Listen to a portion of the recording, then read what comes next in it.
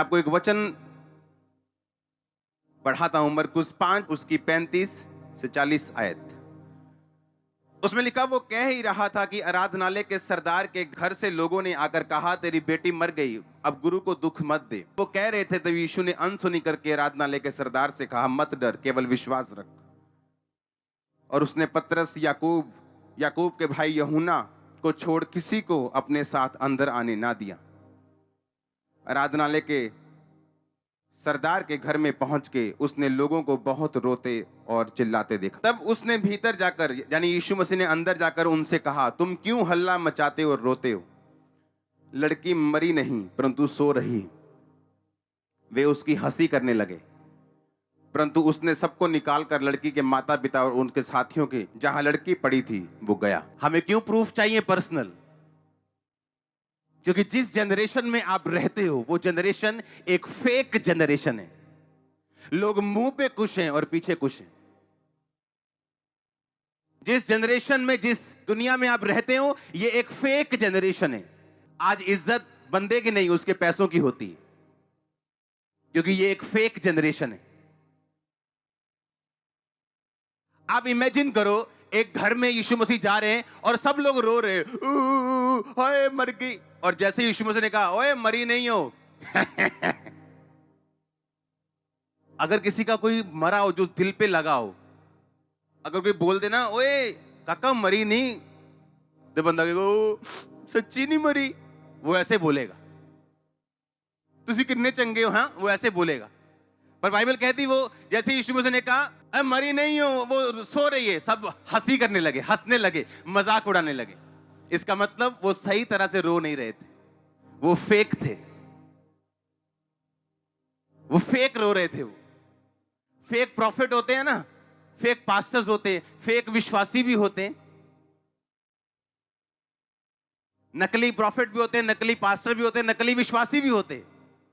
तो वो नकली रो रहे थे। अगर वो असली रो रहे होते, अगर वो सच्ची दुख में होते, तो यीशु मसीह की बात को सुन के एकदम से कैसे हंस पड़ते वो। लिखा, वो हंसी करने लगे, मजाक, एक दूसरे के साथ हाई फाई मार के मजाक करने लगे, ये क्या बोल रहे हैं, क्योंकि वो रो नहीं रहे थे, वो फेक थे। और याद रखो, इस फेक जनरेशन में जिस पे आप रहते हो, आपको पर्सनल प्रूफ की जरूरत है कि परमेश्वर अपना हाथ आप पे प्रकट करे और लोगों के मुंह बंद हो जाए। अब आप समझ रहे हो क्यों आपको पर्सनल प्रूफ चाहिए? क्योंकि जिस जनरेशन में आप रहते हो, ये एक फेक जनरेशन है, ये एक नकली जनरेशन है, ये एक नकली लोग हैं। ये मुंह पे और दिल में और, मुंह पे कुछ। कितने मेरी बात को समझ रहे हैं? आपका भरोसा परमेश्वर पे होना चाहिए, आपकी आंखें यीशु मसीह के ऊपर होनी चाहिए, ताकि वो आपको पर्सनल टेस्टिमनीज दे। याद रखो एक बात को, जब यीशु मसीह पतरस की सास के घर गए और लिखा उसकी सास को बुखार था, और जैसे यीशु मसीह ने उसके सास का हाथ छुआ, वो चंगी हो गई। अब ऐसे व्यक्तियों को चंगा करना, ऐसे व्यक्तियों को वरदान देके भेजना जिनके घर में खुद टेस्टिमनी हो, उनके लिए ज्यादा आसान है काम करना, क्योंकि उसने अपनी सास को चंगा होते अपनी आंखों के सामने देखा है। ये उसका पर्सनल साइन था, निजी प्रूफ था उसका। जब दाऊद ने गोलियत को मारा तो वो पहले दिन नहीं मारा, बाइबल कहती है उसने पहले शेरों को मारा था, उसने भालुओं को मारा था। ये उसका पर्सनल प्रूफ था, पर्सनल साइन था परमेश्वर से कि मैं तेरे साथ हूं। हो सकता है आप कुछ दिन के लिए किसी मुसीबत में फंस जाएं, सही होने के बावजूद भी। वो इसलिए नहीं कि परमेश्वर आपको फंसाना चाहता है, वो इसलिए कि परमेश्वर उस मुसीबत से आपको निकालेगा, आपको पर्सनल साइन देगा कि मैं आपके साथ हूं, ताकि वो आपको हाई लेवल के लिए तैयार कर सके। अगर वो आपसे शेर नहीं मरवाएगा, भालू नहीं मरवाएगा, जब गोलियत आपके सामने होगा, आपके अंदर हियाव नहीं होगा, हौसला नहीं होगा कि आप उसको मार सके।